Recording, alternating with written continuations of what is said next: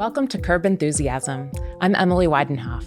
Our guest today is Deputy Commissioner of the Bridges Division at the New York City Department of Transportation. He oversees all aspects of the design, construction, maintenance, and operation of nearly 800 bridges and tunnels in New York City, including the Brooklyn Bridge, the Ed Koch Queensboro Bridge, and the Williamsburg Bridge. It is my pleasure to welcome Paul Schwartz to the podcast. Welcome, Paul. So excited to talk with you today. Love these conversations with amazing people doing amazing work at DOT who are just, a few floors away. You oversee an amazing portfolio of bridges here at DOT, but also an amazing team that cares for those bridges, over 650 people. If the Bridges Division was a sports team, what would their mascot be? So thank you. I'm really excited to be here. You're right. I'm supported by an amazing team. I'm very lucky to have like 650 people from admin, engineers, skilled trades. We can do it all. We have hundreds of years of experience, and it's a great honor to really be in that role. So a long time ago, before I got here, so I'll call it like a DOT generation ago, they were known as the Skywalkers. That was like their thing. Probably coming from the fact that, we would climb up cables, and we have ironworkers and painters and others who have to go up the bridge to do work. And that was like a moniker, was the Skywalkers. So I would say if that was our mascot, that would be our mascot. Yeah. Amazing. Awesome. Definitely a lot of people at DOT see that getting to walk on some of our bridges and the cables as one of the greatest experiences here at the agency. Yeah, if you can get up there, it's great. It's, the job typically for me, my role is more like mentally challenging. That's the physically challenging part of the job.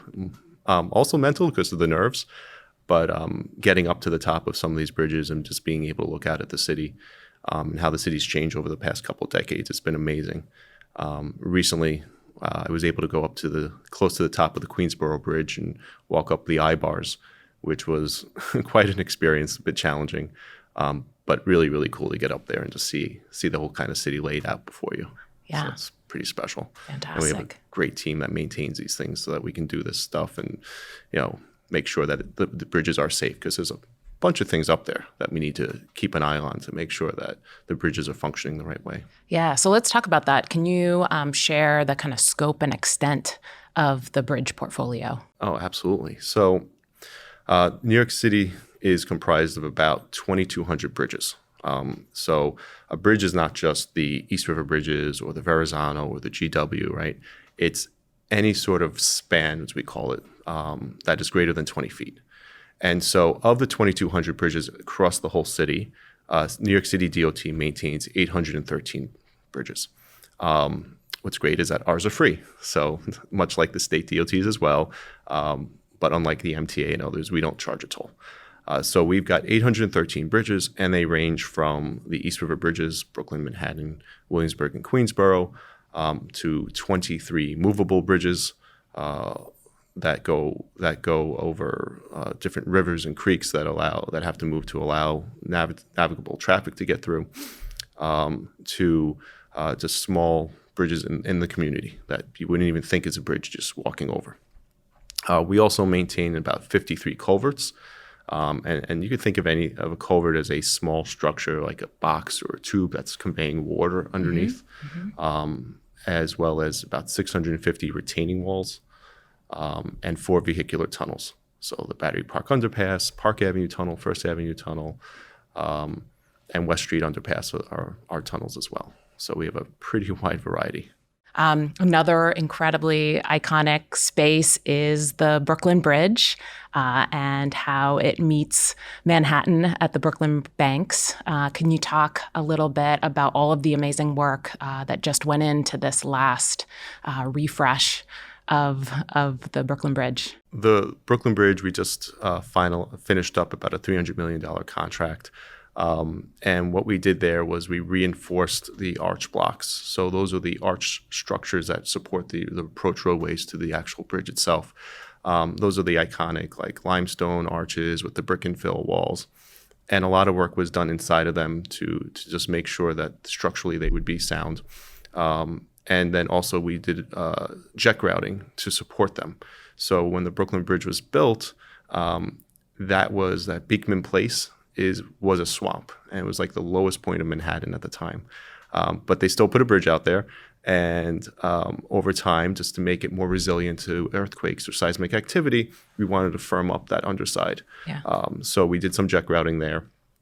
And then we also took care of all the masonry. So we cleaned and repointed and repaired the masonry, because growing up, I thought the Brooklyn Bridge was brown. The towers were brown.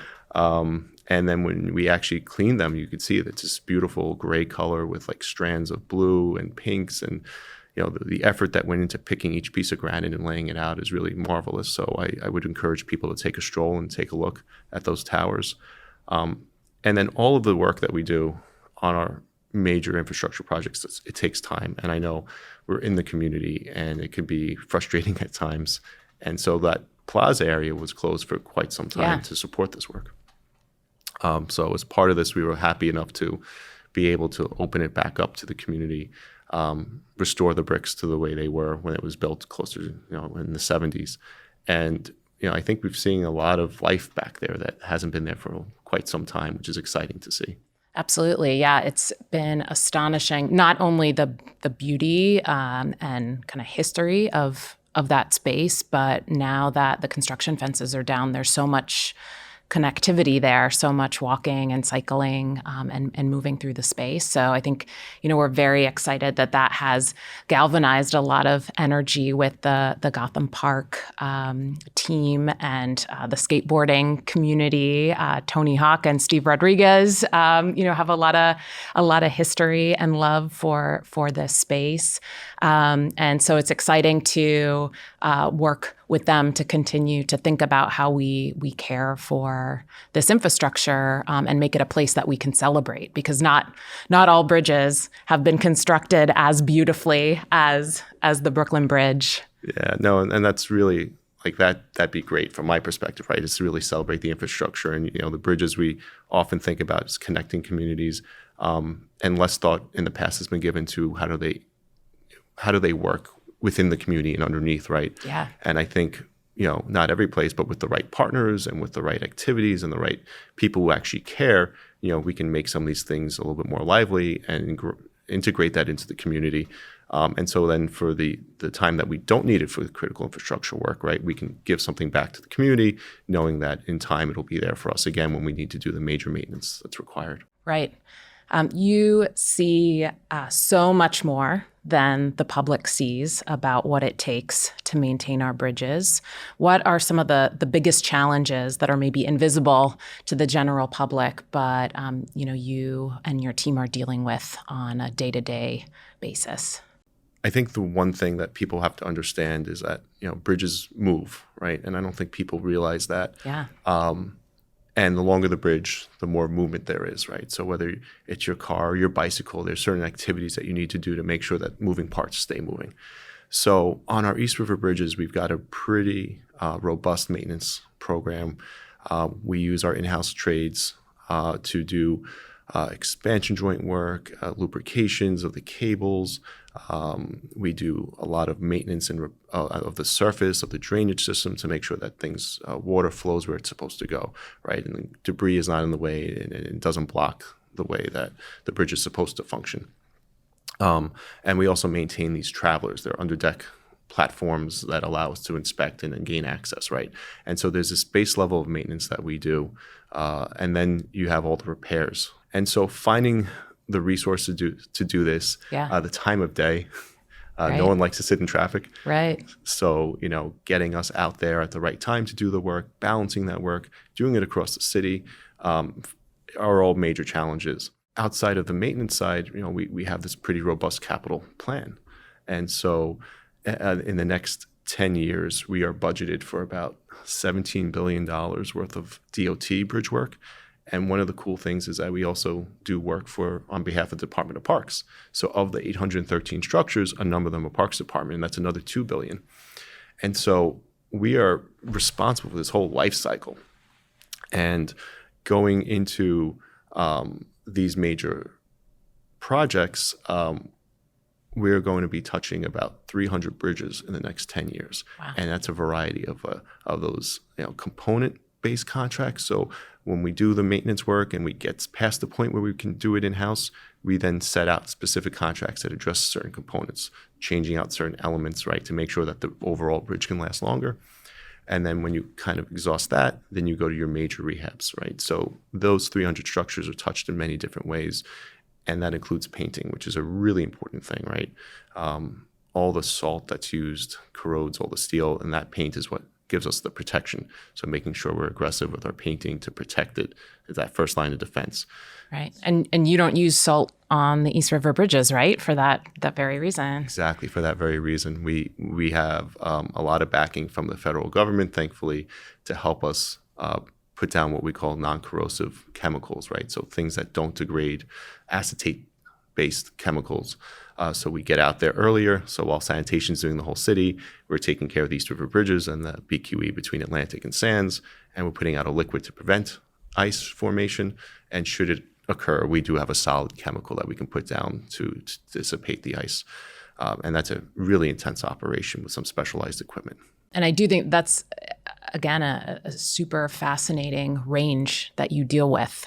The long-term capital planning, where you're really thinking diligently about priorities and needs over, a massive portfolio. But then the emergencies that happen, we have vehicles on our bridges, obviously, like you mentioned, but also pedestrians and cyclists. And then sometimes we have incidents like the Mexican ship that was a big emergency that your team responded to. Yeah, that was interesting. We've definitely had truck hits in the past, and we've had some sailboat hits, but nothing quite like that. The way we got the call was, I think, it was a Saturday night, and I got a call from actually a colleague of ours who was out hanging out in Dumbo and said, "You'll never believe what just happened," and sent along some video. So we are lucky enough to have like emergency responders, we call them duty officers, and they'll head out, right, if there's an event of something like this. So I called up one of our key duty officers, Andy Hong, and we went out to location. And as we're out there, we're trying to piece together all these social media feeds that people are giving us, because you had videos from Dumbo, you had videos from Brooklyn Bridge Park, trying to figure out where it is. And we were able to actually find the location of where we thought the boat struck the bridge. So we're out there with flashlights and in a closed lane of traffic, and we're trying to figure out exactly where it is, and we see the scratches and we see what's going on. And then we took a look underneath the bridge and saw some of the damage to the travelers, which I had mentioned before, those inspection platforms. But we were very lucky. There was no significant damage to the bridge itself. We have some work to do on the traveler, but the bridge itself was fine, and we were able to keep it open for traffic. And the next day, so one of the things to note is that the bridges are inspected twice a year. Once every 2 years. And the state DOT will do those inspections. The other biannual. Exactly. And the state DOT will do those inspections for the roadway bridges. Yeah. So the next morning, the state came out, and they have full sunlight now, and they're doing this inspection, and they came back and said, "Nope, you guys are right. We're good. No problems." And then just as an added measure of security, the NTSB was doing their investigation. So they took a look at it from the bridge side and confirmed the findings. So we were very lucky, but it was also a good example of, professionals doing their job to the fullest extent and keeping people safe and, with as least of an impact to the public as possible. So I applaud everyone's efforts in that response. Absolutely. Yeah, so grateful. So grateful for the team. So you mentioned the state in the biannual inspection process. There are actually a lot of different ownerships. Could you talk about who else is involved in caring for our bridges, and kind of how did some of those relationships come to be? Yeah, 2,200 bridges is a lot to maintain in a small space, right? So the state owns a lot of bridges that would be considered like on state arterials or highway systems, interstates. So not every case, but a majority of their bridges are going to be at that level. And then on the smaller streets, not state routes, not interstates, that falls to the locality, and that's us as the city.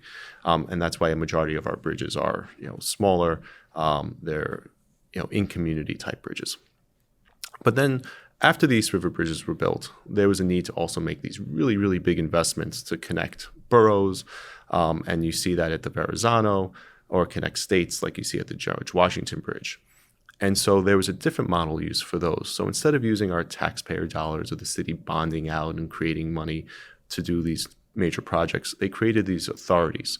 So we have the MTA, which has the TBTA, Tri-Borough Bridge and Tunnel Authority, or you have the Port Authority, which is appointed by a board. It's a board appointed by both governors, and they've created these entities that would basically bond for the projects, build them, and then pay off those bonds through a tolling process.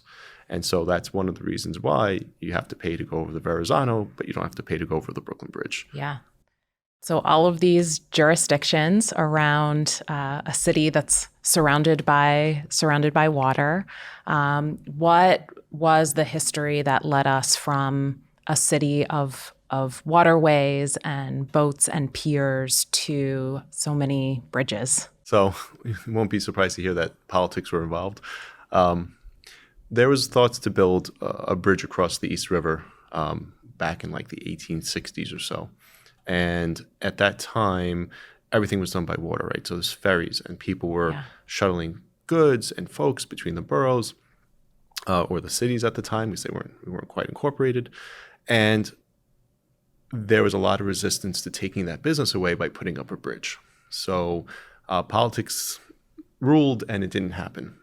Then in the 1870s, I believe, there was a major freeze of the East River, and nothing can get across. So you couldn't get ferries across at all. And people were basically stranded on their boroughs, and commerce came to a grinding halt. And the politician says, oh, we have to do something about this. We need that bridge. And that spurned the real force behind the building of the Brooklyn Bridge, which was completed in 1883. And as that link proved to be valuable, then we saw the other three major bridges come up. So the Williamsburg Bridge was in 1903, the Manhattan Bridge in 1909, as well as the Queensboro in 1909, really connecting the city. Fantastic. Hey, listeners, we hope you're enjoying this episode of our podcast. For those of you who are as enthusiastic about transportation and planning as we are, we'd like to hear from you. You can submit topics and questions that you'd like us to cover at nyc.gov/curb enthusiasm. And now, back to our conversation. And I think another piece of technology that it would be great to learn about is your Way in Motion efforts. Can you tell us about that? What we've been talking a lot about is maintaining the capacity, right? What bridges were designed, they were designed, some of them very long ago, and they were designed to a certain capacity. And over time, loads change, right? Trucks have gotten heavier. Legally, they've gotten heavier. Yeah. But we haven't rebuilt every bridge since that's happened. So now we're thinking about, well, I can strengthen a bridge only so much. I need to also control the loads that are going on there. So the Way in Motion technology has been around for quite some time. And what it does is it allows you to accurately weigh a vehicle, in this case trucks, by axle and by GVW, gross vehicle weight. So we know how much each axle weighs, we know the axle spacing, and then we know the legal weight of the vehicle. What we've done here in New York City, which was the first of its kind in the nation, is to make this into an automated enforcement program of that. Mm-hmm. So Tom V. Pandya on my staff has led that effort amazingly successfully. A lot of hard work has gone into it. And we've stood up the first 2 locations, and they're along the BQE, of automated enforcement of Way in Motion technology. And what we saw in that was that we were getting overweight trucks that were significantly above what the allowable weights were supposed to be. And by implementing this, we've brought them down, the overweights, by about 60%. So basically, we brought them back down to what it would be legal, so what we were designed for today. So while it's still more than what the bridge was designed for originally, the BQE, we design with all sorts of safety factors, right? So we know we've got extra capacity, so we're not concerned about that. But we've now got weights down to what would be expected. And that's really important because that will help lengthen the service life of a structure over time. So we were excited to get legislation recently that will allow us to now do this at 9 other city DOT locations. We've got partners at TBTA who have a site.